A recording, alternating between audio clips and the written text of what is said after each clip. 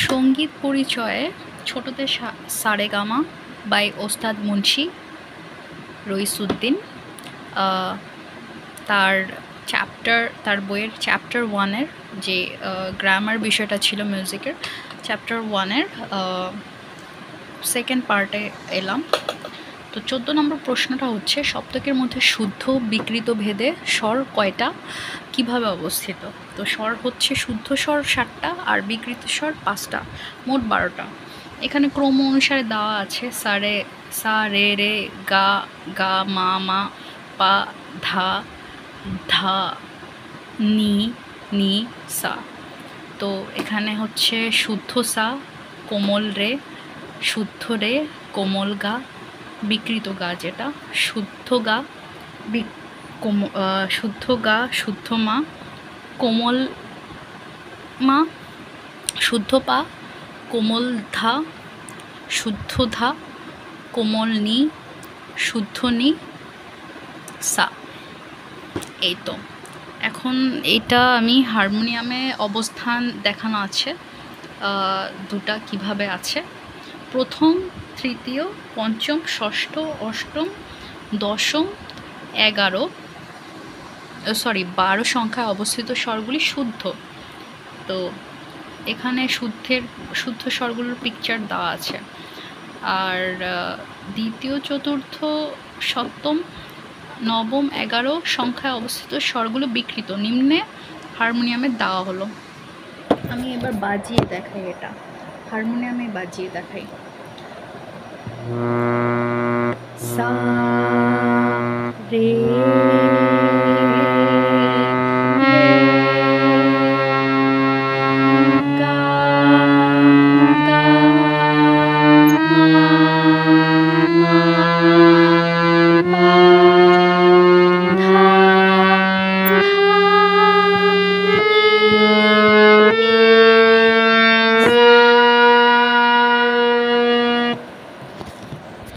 ঠিক আছে। এরপর হচ্ছে ছোটদের প্রাথমিক শিক্ষায় হারমোনিয়ামের পর্দায় চাবি স্বরগুলো শুদ্ধ আর বিকৃত অবস্থানে পরিচয় দিতে এটাই সহজ আর স্থূল নিয়ম। তো পাক ভারতীয় সঙ্গীতের সূক্ষ্ম বিচারে এটি অবৈজ্ঞানিক। হারমোনিয়ামের পর্দায় বিকৃত স্বরগুলি সমান অধ্যান্তরে অবস্থিত, কিন্তু বৈজ্ঞানিক বিচারে সপ্তকের মধ্যে সর্বনিম্ন সংখ্যা 22টি সূক্ষ্ম স্বর নির্ণীত হয়েছে, কিন্তু সাধারণভাবে এক সপ্তকে উপরোক্ত 12টি স্বরই ব্যবহৃত হয়। 22টি সূক্ষ্ম স্বরকে সঙ্গীতের ভাষায় এক একটি শ্রুতি বলা হয়। কম্পন সংখ্যানুপাতে শ্রুতিগুলি পরস্পর সমান অন্তরে অবস্থিত নয়, তাই সূক্ষ্ম বিচারে উপরোক্ত নিয়ম অবৈজ্ঞানিক। এখানে উল্লেখ্য যে 1938 সালের মার্চ হতে ভারতীয় সঙ্গীতে হারমোনিয়ামকে অবৈজ্ঞানিক যন্ত্র বলে এক বেতার ঘোষণা করা হয়। তখন হতেই বেতারে হারমোনিয়ামের ব্যবহার নিষিদ্ধ হয়। যুগ পরিবর্তনের সাথে সাথে রেডিও, টিভিতে প্রচারিত প্রায় সব অনুষ্ঠানে হারমোনিয়াম ব্যাপক প্রচলন পরিলক্ষিত হয়। আর আরোহী অবরোহী কাকে বলে, সঙ্গীত এদের প্রয়োজনীয়তা কী? কোনো নির্দিষ্ট একটি সুরকে সা মনে করা বা ধরে নিয়ে তার পরবর্তী চড়ার দিকে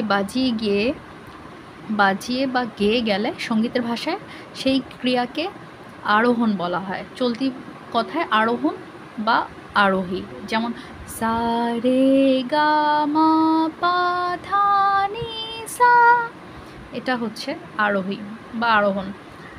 এরপর আরোহী বিপরীত গতি অর্থাৎ চড়ার দিকে যে কোনো নির্দিষ্ট সুর থেকে খাদ বা নিম্ন দিকে বাজিয়ে আসার নাম অবরোহণ বা অবরোহ বা অবরোহী। শাস্ত্রমতে আরোহীকে অনুলোম এবং অবরোহীকে বিলোম, descending order or downward movement বলা হয়। এই তাহলে অবরোহীটা কি? সা নি ধা পা মা গা রে সা। আরোহী অবরোহী ছাড়া রাগ রচিত হয় না, তাই রাগ রচনায় এর প্রয়োজনীয়তা সবচেয়ে বেশি। পাল্টা শব্দের অর্থ কী, কাকে বলে? সঙ্গীতে এর প্রয়োজনীয়তা কী? কোনো কিছুকে উলট পালট করাকে পাল্টা বোঝায় সঙ্গীতের ভাষায়। তাল বাদ্যযন্ত্রের বোল বাণী হেরফের উলট পালট করে বাজিয়ে যাওয়ার নামকে পাল্টা বোঝায়। সুরযন্ত্রে কণ্ঠে সুরগুলি ওলট পালট করে বাজানো বা গাকে পাল্টা বলে। সারে দুটি স্বর, স্বরের পাল্টা সারে রেসা, তিনটি স্বরের পাল্টা যেমন সারে গা গা রেসা। এরূপ 2 3 4 5 6 ও 7টি স্বরের পাল্টা যথাক্রমে 2 6 2টি 6টি 24টি 120টি 720টি, মোট 1 গুণন 2 গুণন 3 গুণন 4 গুণন 5 গুণন 6 গুণন 7 গুণন 5040 প্রকার শুদ্ধ পাল্টা সৃষ্টি হয়। পাল্টাকে অলঙ্কার বলা হয়। অলঙ্কার গহনা যেমন অঙ্গের ভূষণ, পাল্টাও তেমনি রাগের ভূষণ বা শোভা। সঙ্গীত শিক্ষার শুরুতেই কণ্ঠস্বর মার্জিত সুরেলা করে তৈরি করতে বিভিন্ন প্রকার পাল্টা, স্বর বিস্তার, স্বর বিন্যাস, কম্বিনেশন বা অভ্যাস করতে হয়। যন্ত্রসঙ্গীত, কণ্ঠসঙ্গীত সাধারণ বুনিয়াদ ভিত্তি স্থাপনে গঠনমূলক সঙ্গীত শিক্ষায় স্বর পাল্টাই হলো একমাত্র উপকরণ। এগুলি কণ্ঠে অভ্যাস করাকে কণ্ঠস্বর সাধন, কণ্ঠ সাধন বলে। চলতি কথায় স্বর সাধনও বলা হয়। এবার জানবো জাতি কাকে বলে, জাতি কয় প্রকার, কি কি। কোনো রাগের আরোহী অবরোহী ভেদে স্বর সংখ্যা নিপূরণ করাকে জাতি বলে। রাগগুলিকে মুখ্য 3টি জাতিতে বিভক্ত করা হয়েছে। এই 3টি জাতির পরিচয় যথা ঔড়ব, খারব, সম্পূর্ণ। ঔড়ব জাতি কোনগুলো? যে রাগগুলি আরোহাবরোহীতে নির্দিষ্ট সংখ্যক 5টি স্বরের ব্যবহার হয় সেই রাগগুলি ঔড়ব জাতীয় রাগ বা ঔড় রাগ। এক কথায় নির্দিষ্ট 5টি স্বর বিশিষ্ট বা 5 স্বরের রাগকে ঔড়ব জাতীয় রাগ বলে। খারব জাতি রাগ কোনগুলো? যে রাগগুলি আরোহবরোহী নির্দিষ্ট সংখ্যক 6 স্বর বিশিষ্ট 6 স্বরের রাগকে খারব জাতীয় রাগ বা খারো রাগ বলে। যে রাগে সপ্তকের 7টি বা ততোধিক স্বরের ব্যবহার হয় সে রাগকে সম্পূর্ণ জাতীয় বা সম্পূর্ণ রাগ বলে। প্রকাশ, প্রত্যেক রাগে সা থাকবে। কোনো রাগে মা পা স্বর দুটি একই সময় বর্জিত হবে না। সা সহ মা অথবা পা থাকতেই হবে। শাস্ত্রমতে 5টি স্বরের কমে কোনো রাগ হতে পারে না। প্রাচীনকালে প্রচলনে বড় বড় গুণী ওস্তাদদের কণ্ঠে 4 স্বর 3 স্বরের রাগও শোনা যেত।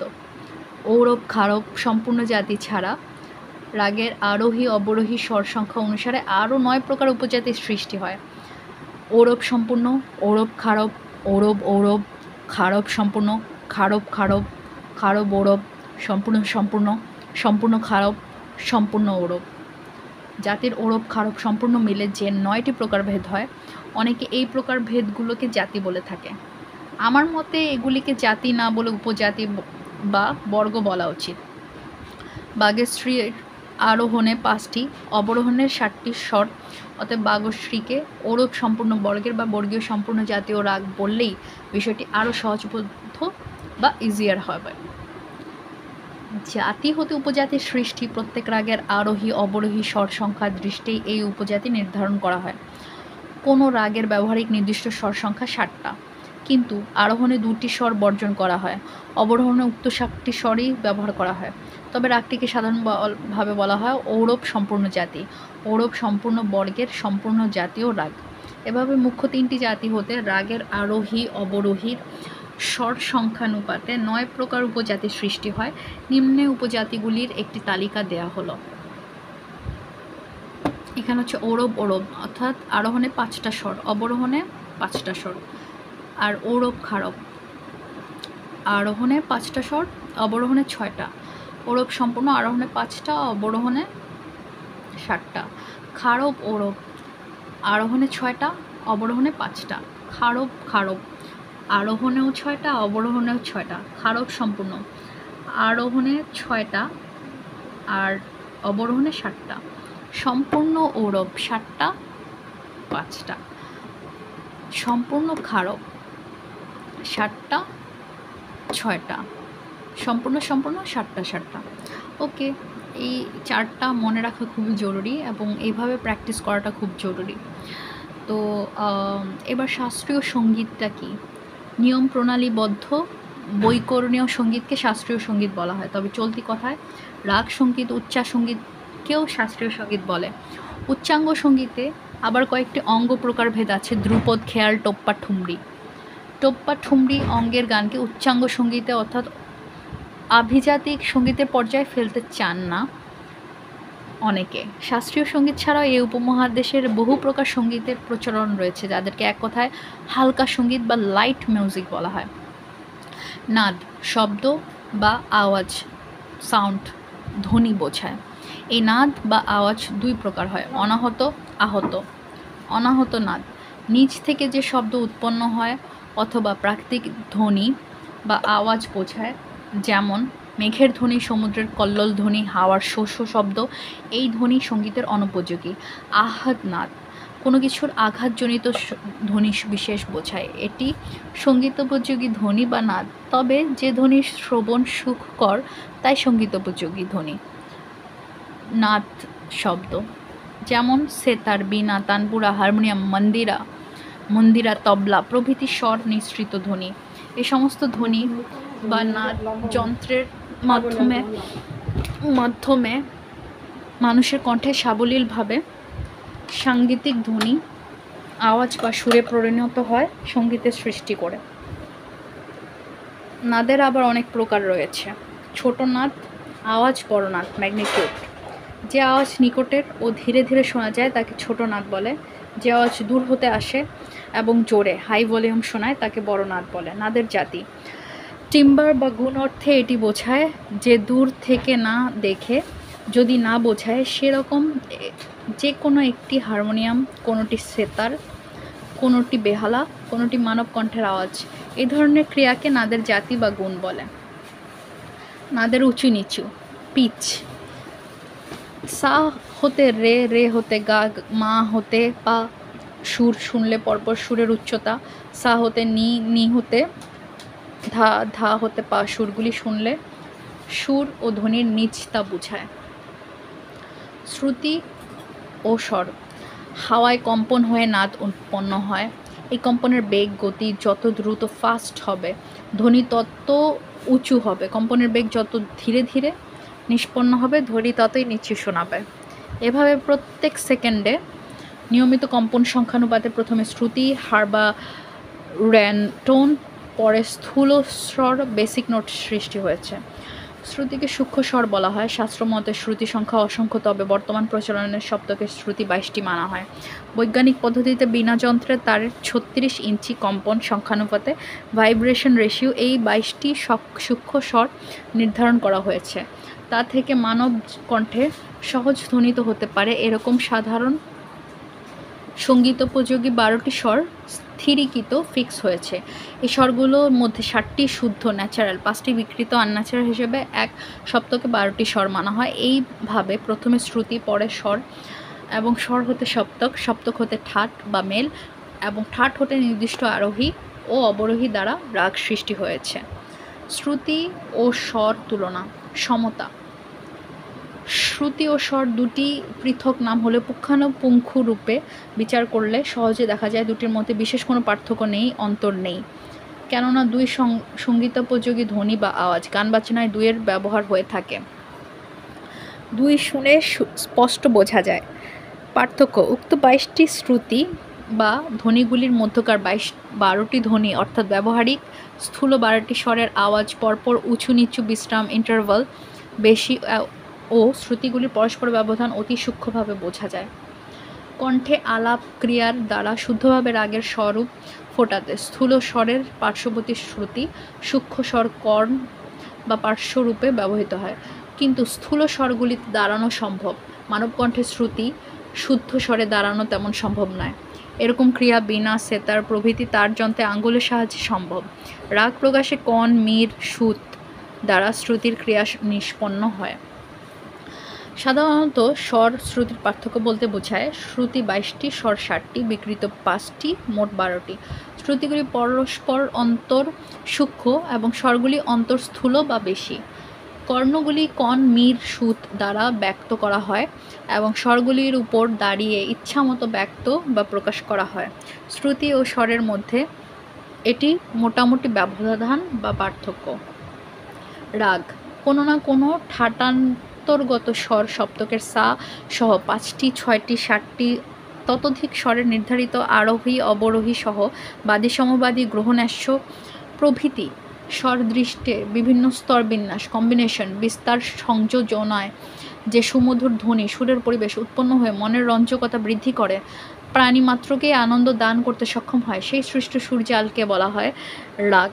রাগ বলতে তাতে মনোরঞ্জন শক্তি থাকতেই হবে, নতুবা নিয়ম বহির্ভূত এরকম কোনো সুরকে সংযোজনকে রাগ না বলে ধুন বলা হয়। রাগের শ্রেণী। রাগ সাধারণত 3 ভাগে বিভক্ত: শুদ্ধ, শালঙ্ক বা ছায়ালক ও সংকীর্ণ। শুদ্ধ রাগ, শালঙ্ক রাগ, সংকীর্ণ রাগ। শুদ্ধ রাগ যে রাগ অন্য যে কোনো পৃথক রাগের মিশ্রণে রচিত নয় তাকে বলা হয় শুদ্ধ রাগ বা শুদ্ধ শ্রেণী। যে রাগ অন্য যে কোনো পৃথক দুটি রাগের মিশ্রণে রচিত তাকে বলা হয় শালঙ্ক রাগ বা শালঙ্ক শ্রেণীর রাগ। যে রাগ দুটি বেশি রাগের মিশ্রণে রচিত তাকে সংকীর্ণ রাগ বলা হয়। শালঙ্ক সংকীর্ণ রাগগুলো বলা হয় মিশ্র রাগ। আশ্রয় রাগ, জনক রাগ, ঠাট রাগ, পিতৃরাগ কাকে বলে?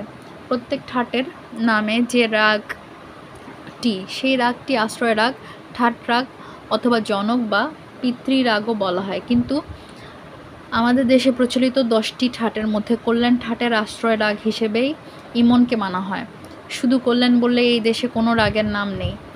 এখানে আরেকটি কথা বিশেষ উল্লেখযোগ্য, রাগগুলিতে যেমন 7টি স্বর থাকবে তেমনি ঠাটগুলিতে সম্পূর্ণ জাতীয় হতে হবে, এটি শাস্ত্রীয় মত। কিন্তু মারবা ঠাটের ঠাট রাগ হিসেবে মারবা রাগের ক্ষেত্রে শাস্ত্রীয় মতের গড়মিল দেখা যায়, যেহেতু মারবা রাগে পঞ্চম স্বর বর্জিত।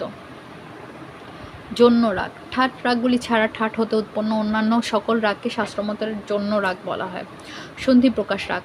সপ্তকের সুর গা নি সহ যে রাগের রে ধা স্বর দুটি কোমল, সে জাতীয় রাগকে সন্ধি প্রকাশ রাগ বলে। এইভাবে রাগ ভৈরবকে প্রাতকালীন বা প্রথম সন্ধি প্রকাশ রাগ, রাগ পূর্বীকে সন্ধ্যাকালীন বা দ্বিতীয় সন্ধি প্রকাশ রাগ, শুদ্ধ মাধ্যমে প্রাতের, কড়ি মাধ্যমে রাতের সন্ধিক্ষণ নির্দেশ করে। সারগাম। রাগ সঙ্গীতে গায়কীর মাঝে মাঝে তাললয় বিভিন্ন ছন্দে মূল রাগবাচক সারেগামা দ্বারা রাগের গায়কীর সৌন্দর্য বৃদ্ধি করলে যে ক্রিয়া নিষ্পন্ন হয় তাকে সারগাম বলা হয়। গ্রহস্বর। যে স্বর হতে গীত আরম্ভ হয় তাকে শাস্ত্রীয় মতে গ্রহস্বর বলে। ন্যাস্যস্বর। গীত রস ভাবের আংশিক সমাপ্তি যে স্বরে ঘটে, গাইতে গাইতে যে স্বরে কিঞ্চিত বিশ্রাম নেওয়া হয় সে স্বরকে বলা হয় ন্যাস্বর। অপন্যাস্বর। গীতের রাগ আলাপের স্থায়ী বা কোনো অংশের বিশ্রান্তি যে স্বরে হয় সে স্বরটিকে বলা হয় অপন্যাস্বর। এ ধরনের ক্রিয়াবাদী সমবাদী স্বর ছাড়াই যেমন ইমন রাগে রে পা ইমনের আলাপ দ্রষ্টব্য। অংশস্বর। রাগ প্রকাশে যে স্বর বারবার প্রয়োগের প্রয়োজন প্রাচীন মতে সেই স্বরটিকে বলা হতো অংশস্বর। বর্তমানে অংশস্বর অর্থে বাদী স্বরকে বোঝায় বা বলা হয়। আগন্তুক স্বর। রাগের সৌন্দর্য বৃদ্ধি কল্পে শাস্ত্রীয় নিয়ম বহির্ভূত যে স্বরকে অবরোহণে কৌশলে কিঞ্চিত ব্যবহার করা হয় সে স্বরকে বলা হয় আগন্তুক স্বর। অর্ধদর্শক স্বর। হিন্দুস্তানি সঙ্গীত পদ্ধতি মতে মধ্যম স্বরকে অর্ধদর্শক স্বর বলা হয়, কেননা রাগগুলির সময় বিভাজনে মধ্যম স্বর বিশেষ মহত্বপূর্ণ। সাধারণত প্রথম বা প্রাতকালীন সন্ধিক্ষণের রাগগুলি কোমল রে, কোমল গা সহ শুদ্ধ মাধ্যম দ্বারা চিহ্নিত করা হয়, তাই এই জাতীয় রাগগুলিকে বলা হয় প্রাতকালীন সন্ধি প্রকাশ রাগ। পরমেল প্রবেশক রাগ। শুদ্ধ রেধা বিশিষ্ট রাগগুলির সময় অন্তে গা ও নি কোমলযুক্ত রাগগুলির সময় আসে, ওই সময়ের রাগকে বলা হয় পরমেল প্রবেশক রাগ। কাফি ঠাটের রাগের সাথে খাম্বাস ঠাটের স্বর যুক্ত হয়ে কোনো রাগ স্বতন্ত্র রূপ ধারণ করলে সেই রাগ হলো পরমেল প্রবেশক রাগ। উভয় গা উভয় নি যুক্ত জয় জয়ন্তী মালগুঞ্জি রাগ। তুক। গানের স্তবক পদ কলিকে তুক বলে। শাস্ত্রমতে কলি বা তুক 4 প্রকার: স্থায়ী, অন্তরা, সঞ্চারী, আভোগ। ধ্রুপদ অঙ্গের গানে সাধারণত 4টি কলি বা তুক থাকে, তবে অনেক ধ্রুপদ গানে স্থায়ী, অন্তরা এ 2টি কলিও থাকে। স্থায়ী। স্থায়ী শব্দটিকে অনেক স্থায়ী, অস্থায়ী, আস্থায়ী বলে। গানে কথাগুলির প্রথম স্তবক কলিকে স্থায়ী এবং গানের স্থায়ী অংশের সুর সাধারণত রাগবাচক সপ্তকের পূর্বাঙ্গে থাকে। অন্তরা। গানের দ্বিতীয় স্তবক কলিকে অন্তরা বলে। গানের অন্তরা অংশের সুর সাধারণত উত্তরাঙ্গে থাকে বলে রাগ বিশেষ গানের স্থায়ী অংশের সুর উদারা সপ্তকের উত্তার্ধে ও মুদারা সপ্তকের পূর্বার্ধে, মুদারা সপ্তকের উত্তার্ধে ও তার সপ্তকের বাধ্যে অন্তরা অংশ সংযোজিত হয়ে থাকে। সঞ্চারী, গানের তৃতীয় স্তবক কলিকে সঞ্চারী বলে। এই অংশের সুর সাধারণত উদারা, মুদারা, তারা এই ৩ সপ্তকের বিস্তৃত হলেও বিশেষ করে উদারা সপ্তকে প্রয়োগ বেশি দেখায়। আভোগ, গানের শেষ কলি তুক অথবা গানের চতুর্থ স্তবকে আভোগ বলা হয়। এই অংশের পৃথক সুর থাকে না। বেশিরভাগ ক্ষেত্রে অন্তরার পুনরাবৃত্তি মাত্র। গান গাইবার সময় প্রথমে স্থায়ী অন্তরা গাইবার পর স্থায়ীতে পুনরায় সঞ্চারী, আভোগ একসঙ্গে গাইতে হয়। আলাপ, আমরা পরের পার্টে আলোচনা করব আলাপ 34 নাম্বার থেকে।